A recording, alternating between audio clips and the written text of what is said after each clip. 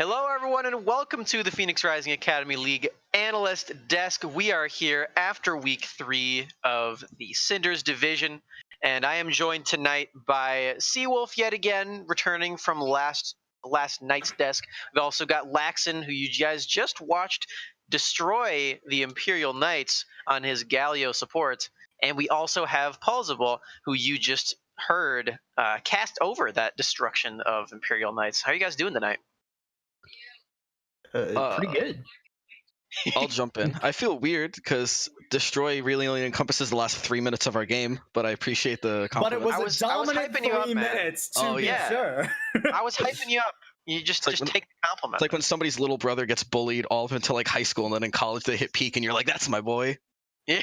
Finally there. Yeah, but yeah, it was not destruction for the entire time. To be sure, we had a lot of very good kills here by Babs on the Kiana. It was a very menacing champion that he was playing. But you guys did bring it back in the end. Very close game, very entertaining one at that. But we're going to actually bring it to the first game, which is also featuring Laxon. We're gonna go in order of the night so you guys can get a little bit of a recap. If you're just tuning in from that last game, Essentia also played game 1, and Laxon that time played support Karma. Except, was he even a support, though, is the real question. And the answer is no. Tune in at 6. I mean, I loved your guys' draft in the first game, right? You get the Soraka top lane, so that's your support, and then you can just roll the AP Karma, dominate everything. That's how you get your AP damage into that team comp, the magic damage, rather. Is brilliant. Yeah. I just wanted to point out that T-Time finally found a support that is willing to play some Athenes and Redemption instead of going full damage or tank. Sad he had to send him to the top lane, but hey, you gotta do what you gotta do. It's not my contract. Yeah. I mean, if it wins games, who's to judge, right? Exactly.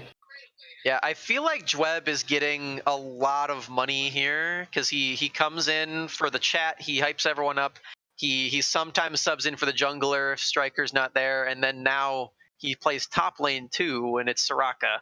I don't know what T-Time is paying this guy, but I think he even needs another raise because he's definitely putting in some work for you guys. But yeah, speaking of these roster moves, you guys played 2 different rosters today, and that seems like a trend with you guys. What's going on there? Okay, so it's actually a really simple answer to that. You know how I'm going to pose the question first. Do you know how teams have top laners? Mm-hmm. No, no, actually. That's good because we don't either. Yeah. Okay. But like actually, so we have a jungler and an ADC, and they flip a coin. One time we had to bet on a cockfight, and then another time it was just like do you know like when you play chicken, you drive 2 cars in each other, first person to turn away loses. Like that's how we decide who plays top before games. Yeah, you know the practical stuff. But like it's just that instead of having a top laner, we literally don't. So we just decide on whatever it is because JWeb is jungler, so we know he doesn't mind not doing anything for a mind-numbing 30 minutes. So we can put him on stuff like Soraka. However, you saw in the last game, we have an ADC player top like Demon who needs to do all the damage and feel important, so we put on someone like Mordekaiser who can just 1v1 people and feel good about it. So it really just depends on which way you want to go. Okay. Is this a plan for the long term, or are you looking to pick up a top laner? Well, I've been trying to court Smacks, but he won't come over. Yeah, the problem there is that I am not a top lane player. I would not do that to myself. Well, we don't have a top lane player anyway, so I don't really see the issue. that is true. Yeah, you got me. He there, has a fair actually. point. Maybe Seawolf should join. I heard Tom Kench top lane's okay. Listen, I Eccentric do Onyx wanna, has already gone together. I do want to point out I am undefeated top lane. Yeah. Zero losses. I also have 0 losses in the Phoenix Rising League. But do you have wins? I have wins. No, I don't have wins. I guess win is the correct term, but so I got you. Don't worry. Yeah, you got win me. rate is 100% no matter how you get it. Exactly. That is true. I guess I still have 0% win rate because I haven't won, but I have 0% loss rate, which is the more impressive stat, for sure. But yeah, to get past a little bit of these memes, for this first game, we saw the Azir come out from Majestically, who played the really, really good LeBlanc game last week, and now he's on the hard scaling Azir. And I gotta say, Not a real big fan of it. Yeah, this game kind of felt like SBK was trying to take fights way before they should. They picked a scaling team and then tried to force around topside, and it didn't work, and the Varus just got ahead, and that's all Sentia needed to win the game. You got two supports to protect it. Well, and it felt to me, I don't mean to, dump on them or anything, but it felt to me that Defiance were having a little bit of an issue today when it came to using their ultimates to get value, right? I mean, the best case scenario for the majority of their team was Majestically using the Emperor's Divide to save himself, right? I can't recall a team fight that was set up properly by a showstopper or a cask, right? So I think they need to maybe reevaluate how they approach some of these mid-game team fights. I think go ahead. Like, in fairness, there was one team fight, if you all remember, in Dragon, and if they never fought us before and just had that one fight all game, they would have actually turned the game around, showstopper next to the Varus, flash Q him, sets a fair champion, you know the deal. But the big thing to note is that there's a lot of anti-synergy as well between teams. Emperor's Divide combos with Kiana ulti and extends the walls. So there's a lot of times we're waiting for Azir to ult before we even go in, because then it just makes their team fight so much worse. Or the same thing with Gragas. If you cast the wrong person, you don't want a Rek'Sai on top of you. And really, if you even ult Kiana, that's an issue. And if you get Karma or Soraka on top, they can really just heal themselves and walk away. So while they didn't play their best, there's a certain respect I have for the fact that there wasn't really much they could do with their champions in game, because their draft did not really help them. Draft difference definitely comes into play there. You're totally right. There's also the bit where before that fight happened, Demon was already 7-0. Yeah, which is pretty big. but yeah, there were some issues in the draft, to be sure. But yeah, any closing thoughts we have on this first game here, so we can get into the next one? I got a quick one. For sure, yeah. For everyone in the audience who needs to know this, 2-0 Karma does in fact out damage 9-2 Varus somehow. So throw up some respect to your supports. So not so much a question, just you getting in here to flex on your 80K. Yeah, I mean, if you're not going to give me interviews for MVP, I might as well just do it now. Fair enough. Oh, man. I was going to touch on it in that game, but I realized that the next game also applies for this. So we're going to move on to the next one. And we had a little bit of a schedule mishap as Virginia Tech have departed from the league, unfortunately. They were not featured on the stream. Was on that said? No, I just said aw. Oh, yeah. It is aw. It really sucks. I wish that they were still here. But anyway, we had Soulbound Tsunami and Charlotte Phoenix take their place with their match, which would have been off stream. And this is where I'll bring this up. Morgana sucks.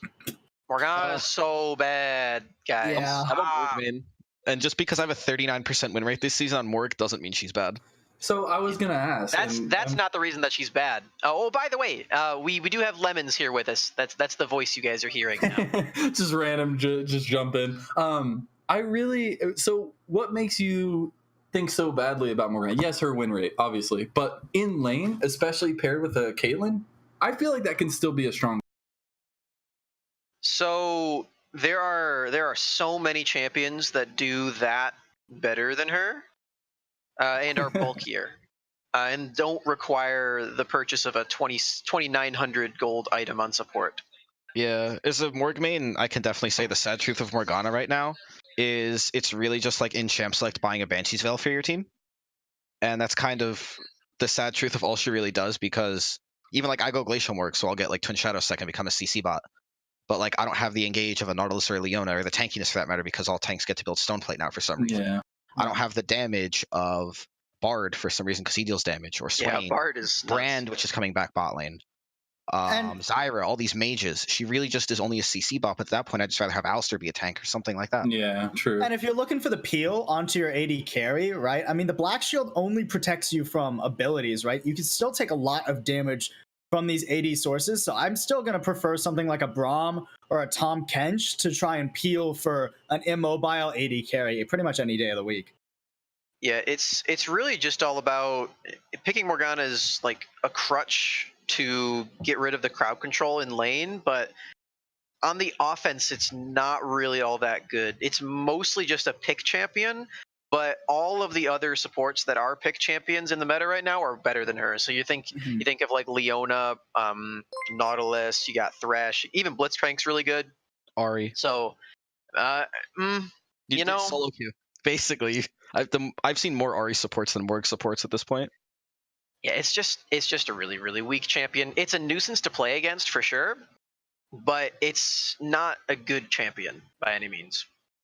It's yeah. really hard to be playing supports right now that aren't building stone plate. Is Yeah. one of the biggest things. Like you're burning the gold, and I believe it's even more gold to get Zonia's compared to stone plate while taking that same rune, and it just doesn't bring the same pressure you want from having that Leona, that Nautilus in the front line. Well, I also feel like it plays a lot into the late game as well when you have those tankier supports, especially like Leona and the Nautilus, who, yeah, maybe fall off a bit later on, but they still have those very strong engages and they have a lot of CC, which in the late game is really what you need to take down the enemy. Right. But yeah, we're a bit down the rabbit hole of Morgana. I hope you guys understand where I'm coming from here whenever you hear me say that Morgana sucks. Because she does, and you should stop picking. Because she does. But past that here, we have a really interesting situation where Charlotte Phoenix were up so much in the early game here. Bassy the Fat Cat was stomping people in the early lane. He went 4-1 in this Akali, and then all of a sudden the fights just were really, really messy and unorganized here for Charlotte Phoenix. Even though at that point it seemed unlosable, but they they somehow managed to lose it. And beside that, I'm really interested as to why Core Havoc is also switching up his roles. And it's a similar thing to Essentia, where last week he played only support, and now he's playing only jungle. I don't know what's going on with that, but yeah, the lead the Charlotte Phoenix had. Yeah, I don't know what went down there. But they just I can take a guess. Started throwing. Yeah. Tag me in, buddy. So I'm doing it. Yes. I'm gonna assume you did. All right. The one issue that's just really easy to tell once the team that's not Charlotte Phoenix, which you're gonna tell me real quick, so I don't look like an idiot. Who Charlotte Phoenix play? It is. It would be Soulbound Tsunami. Soulbound Tsunami. Yeah, that team I definitely knew. The issue between these two teams is Phoenix is running this really good dive comp where Akali can ult through people and Set can showstopper right in. Elise can stun for a pick, Morgana can get a pick, and then Elise can jump in spider form. It's really great and all. Until you remember that you're diving through a Galio, you're diving through a Kled. You can't catch out an Echo because of his ulti unless you permanently CC him, but at that point, Galio and Kled run rampant. You can't dive into a Heimer because of turrets. Bard disables half the team when you dive with his ulti. These are champions that are made that after they get a certain amount of gold, they can just look at a dive team and go, we'll deal with half of you now and half of you later. Like you just get bursted when you dive in. And Phoenix didn't really consider that when they're drafting. Yeah, you know, you can see the Caitlyn post-game screen 6 and 4, full itemization, almost like half an item off. That's great and all. But when you only have one champion that can sit there doing the backline, is everyone who dives, it looks like they're going to get torn up in like 2 seconds. That Kate's not going to get off her damage because she's too threatened. So it looks like mid-game I can absolutely tell, especially the 4-1 Akali, how they could have started rolling. But, you know, you look at the game time, 41 minutes, they just didn't close out the game quick enough. It's just one of those games where they probably needed to end 10, 15 minutes earlier, and they just never found a way to do it. Yeah. That is very true. They've got the original esports effect, where they just can't close it. Yeah, this game reminds me a lot of a game that we saw yesterday when Akuma Slides took on RMU Junior Varsity, and we saw a very similar draft come out from RMU. The big difference is the Olaf pick for Akuma. So Olaf's able to dive into that backline, dive into that Heimerdinger and stuff because they can't CC it down. It's going to be able to get the damage off, and you got to kind of focus it and let the rest of your dive threats come in. And you don't see that in this Phoenix team, and that's just a major thing. You can CC the Set, you can CC the Akali, you can CC the Elise. Yeah, but you just die when you jump in there. Yeah, that is very true. The game time is really interesting, but I'm really just having a tough time seeing how they could have let it get this far. But at that point, once it does get that far, it definitely makes a lot of sense. But The team it's, just it's kinda, really bad news for Charlotte Phoenix that they let this happen to them. I yeah, say they just normal word smacks. It's because they picked Morgana. Yeah, it's true. It's actually true. Ugh. That's the only reason. That's it. Definitely didn't have to do with the fact that they were No just analytics hungry in needed. 20 minutes. No analytics need Morgana pick. Go to Yep, the next slide. Yeah. Problem solved. All right, but yeah, I'm really worried about Charlotte Phoenix now that they've shown this side of them where they can't close this game even though they're really ahead. But a lot of props to Soulbound Tsunami for sticking it out there.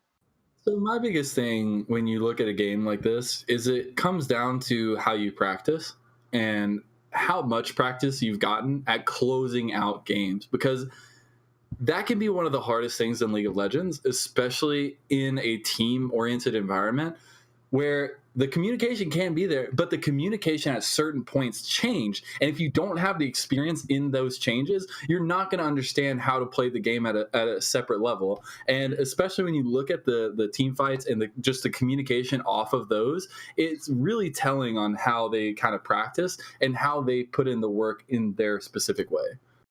Yeah, it's a really rough look for this team that they did show that, and now we've got all these questions being raised about them. But yeah, we are gonna have to take it to our next match here.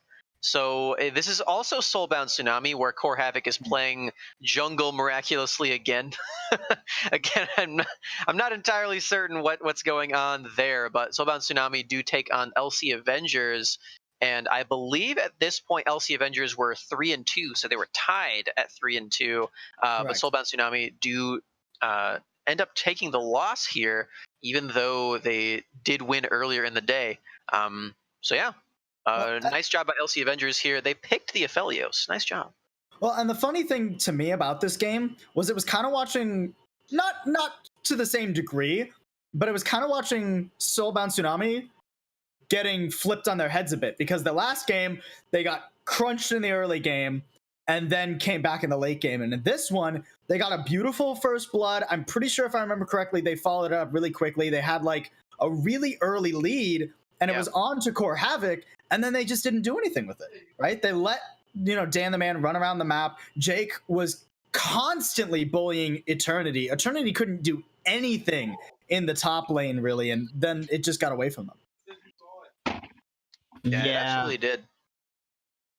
Jake in the top lane really is something to look at, because he was able to really force that matchup, but also going into that bot lane of Apto and Garen, they did, I believe, give up the first blood and then didn't really die much again, even with all the pressure that was being brought down on top of them. So that's a very good sign of their ability to kind of play strong side, weak side, and knowing where their advantage is. And well, if we're talking about the bot lane too, we got to talk about, is it Gerard or Gerard? It might be Gerard. I think it's Gerard. I'm going to go with Gerard. I apologize if that's incorrect, but he was kind of a nut on Thresh. I only remember seeing him miss like 1, maybe 2 hooks. Like, the dude was setting his team up so much, especially like in the mid game and when Dan was coming down for ganks. It was really impressive. Yeah, and that exactly is the reason why usually you don't want to pick Bard into Thresh, because you can just end up getting locked down exactly like that. And you just don't offer your team too much, because even if you do throw the ulti down to try to stop the Thresh or to try to save your teammate, the Thresh can still throw out the hook, and he doesn't have to stall out too much there. He can still be just as effective. And if you pick off someone else with the ultimate, the Dark Passage is there to save them. So it's a really, really rough matchup if the Thresh is on point, and Gerard definitely was. And I think the other thing, and I hate to cite support difference as a support man because it just hurts me as a person, but like even picks alone, the way that personally I've felt with dealing with Aphelios is the best is, don't put gold on him, which is easy to say about any ADC, but playing these high pressure picks, I usually play Swain because I'm a dirty one trick at this point, but that taking the Thresh away, something that applies that pressure that says either I'm going to outdamage you or I'm going to lock you down and push him away from those minions would help. The issue with the Bard pick here is that waiting until level 6 is a big issue because you're just farming until then. But the other point is that you can't set up half your CC unless the Aphelios decides to stand next to a wall or next to a minion. So it's really just a positional game. And Apto has shown that he's fairly good at positioning for the most part. So it's really just a dangerous pick to look at a Bard at that point and then go, no. Like, we got this. This is the pick. But there's no true setup for it. And I almost... Or, sorry, keep going. I was going to say, like, the other issue with that is your topside pick as well. So you've kind of seeded bot side. Maybe they wanted to farm out bot side both ways. That's cool and all. Because I caught some of this game. The Lee Sin tried to make a play bot, Bard ulted turret, no one died, big shame. Like, they just didn't have the damage there. And then top side, what I saw was Rumble went top, got bursted down by Renekton, backed TP'd, got bursted down by Renekton. It was like, what is this? What is he trying to do here? Because it's just, I hate to say 4-1 to 2-7, but it's just the numbers are there. The numbers don't lie. And that is one of the reasons why we're seeing Rumble more in the mid lane, because if he does get into one of those really devastating loops, like you mentioned, where die, walk back to base, die, and then thus is the cycle. If you're mid lane, then you can at least try to run down bot lane and drop the equalizer. But we saw the Eternity played up in the top lane this time, not as much freedom. Well, and if I'm being honest too, I think this game and the game before kind of maybe point out a chink in the armor for Soulbound Tsunami, right? Because I don't think they had the best early game in either of these. Sure, they got some early kills on the board for the second game, this most recent game against LC Avengers, but they didn't manage to do anything with the leads they created. And when they couldn't stall the game out to scale, their mid game wasn't good enough to make up for the deficit they were left in from their early game. Yeah, I mean, I agree. I'm sure that's what the silence is about, where there's not really too much contention there. Also, big laugh because they had like 3 targeted bans at them in the draft from the game before. So kudos to LC Avengers who were paying attention. Right? Yeah, they popped off there, even banning that Morgana. So doing them a favor by getting rid of that champion, but just doing God's work. Yeah, for sure. Actually, you guys banned Morgana as well, so there's something there. Mm-hmm. I have something about next game, but we're not there yet. Yeah, I mean we can get to there if anyone. There, yeah. I think we are moving there. So I can kick it off if you don't mind. Go ahead. Yeah. I think we could go down the line and each assign one word to this game, but I played in it. I think my word might be the best. My word for this game is just oops. Because it was really an oops from both sides. Oops from us, early game. I think at one point, what was it, like 3-14 or something, that you'd look at it and go, wow, there's no need to watch the stream anymore. Yeah, it was hard to watch. 3 kills won. Oh, it was hard to play. Don't worry. But, it was just like awful at that point because it's just fucking ridiculous that we won. I'm not gonna lie. I kind of feel bad. It was ridiculous that we won. Yeah, I made 2 bad plays and we just ran it down and won. It was right when Bishan in the chat was like, how are Imperial Knights this far ahead in the kill score? All of the Drakes on the map, and they're down in gold. And I was like, oh god. Yeah. It's actually happening. Essentia are winning, and then you guys won. Yeah, yeah, I would alter your oops to an almost oops. Because I think both teams can say oops. I think the oops was encompassing the entirety of the shit show that I subjected you all to. A mutual That's oops, fair. Yeah. Well, thank you for at least owning your part in giving us that. No, I'm just joking.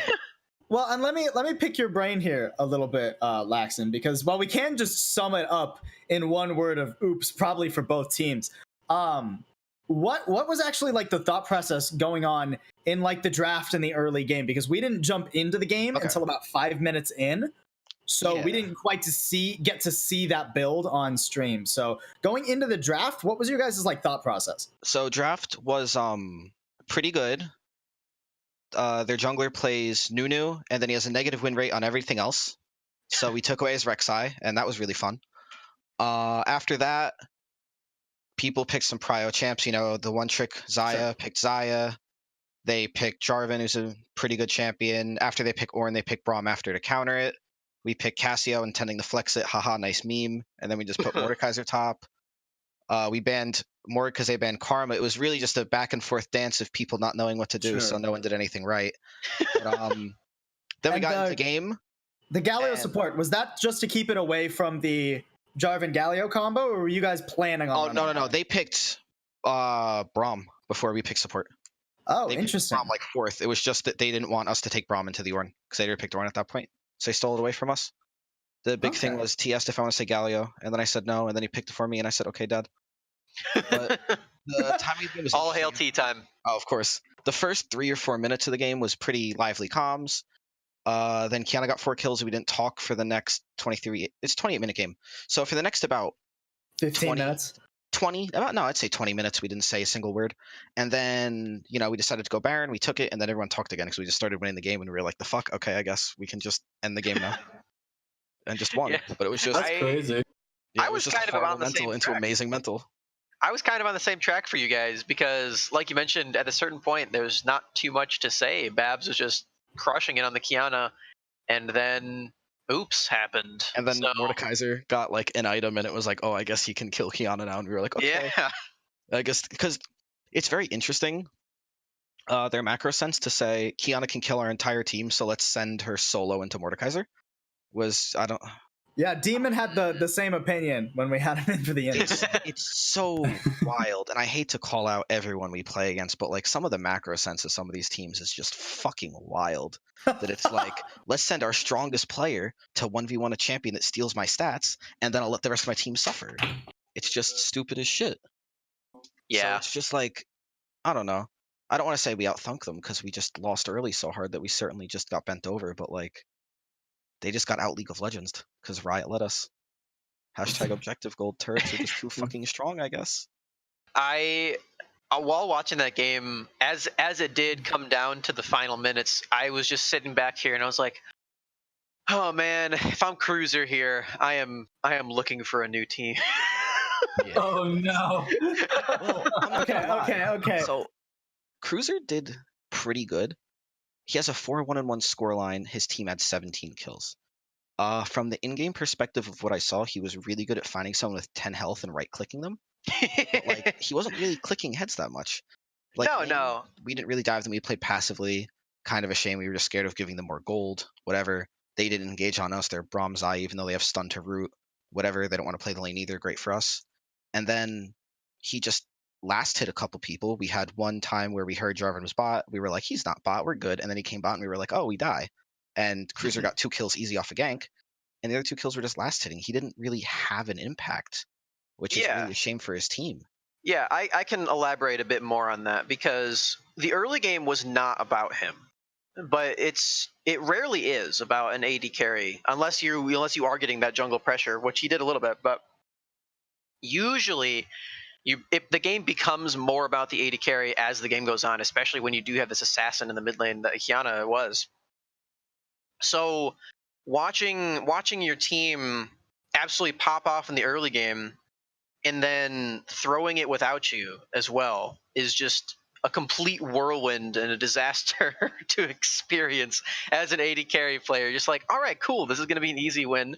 I can get into those late game fights and then I can just pop off. And then your Kiana gets Mordekaiser ulted and you're like, oh boy, well, at least it wasn't me. And then the rest of your team also dies. It's just like,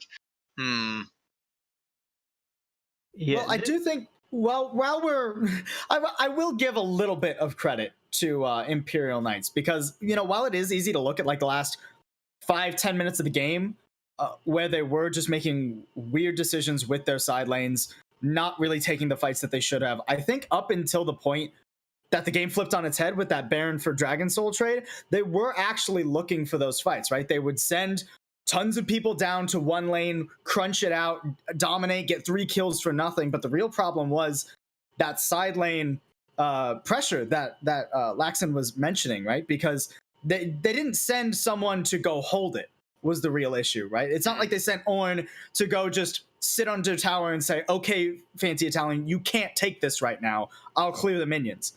That I think was the actual real problem with their macro this game. Not necessarily, oh no, we're down, it's the late game, they're all in mid, let's try and get a kill on the Mordekaiser, even though we know it's a risk.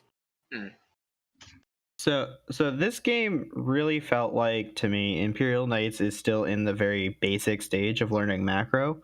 Their kind of response to how to play the game is we send more people to that lane than they have and we'll win the fight, which worked out for them, and that's why you see these big kill leads.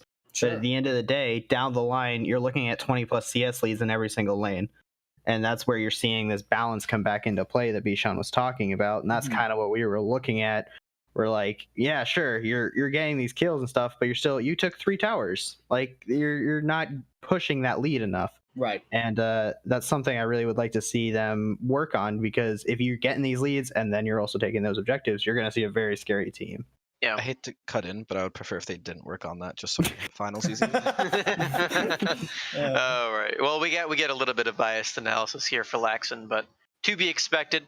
Nice job, by the way, on the 2-0, making it up to first place with SPK Defiance as well. Nice job on that. I'd prefer to win 2 real human games instead of what we did today, but I appreciate it. A win's a win, A win's a win. But yeah, we can touch on the standings now at least a little bit. Of course, I did just mention that Essentia Storm have tied up the standings with SPK Defiance, but because they have the head-to-head, Essentia are in first place, SPK in second, and then I believe we have a tie after that, if I'm remembering correctly. I think we have Charlotte and LC next. I think they're both 4-2. Is that right? Am I wrong? Probably. That sounds I know LC correct. has it. I know LC has it. I'm not sure about LC is 4-2. I think Charlotte Phoenix is also 4-2. So I don't think we know yet, because we haven't seen the result. They were 3-2. maybe. What was their last game? We don't know the result of the SBK Embers versus versus them. Defiance game. Yeah. So okay. So it's possible that Essentia has the uncontested first no, if seed. SPK is 5-1, then we know that Charlotte Phoenix lost, correct? Do we know they're SPK was 5-1? 4-0. I don't know. Do we? Okay, well maybe we shouldn't go over the stand. The biggest thing, I think we're missing one, the SBK versus Charlotte Phoenix game, which either sets those two teams tied in that second, third seed race, Yeah. and leaves Essentia on top, or we got them tied down with LC Avengers. Yeah. Well, we do know two things for certain. Well, three things, actually. We know three things for certain. One is that Essentia Storm is uncontested first because they have the head-to-head against SPK. Two, Virginia Tech is 0-6 because they have departed the league, unfortunately.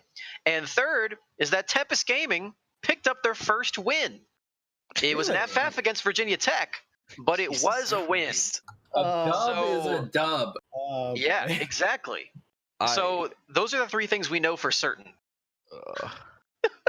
I would like to jump in with my comment of who the best team in our division is, actually. Is it not you?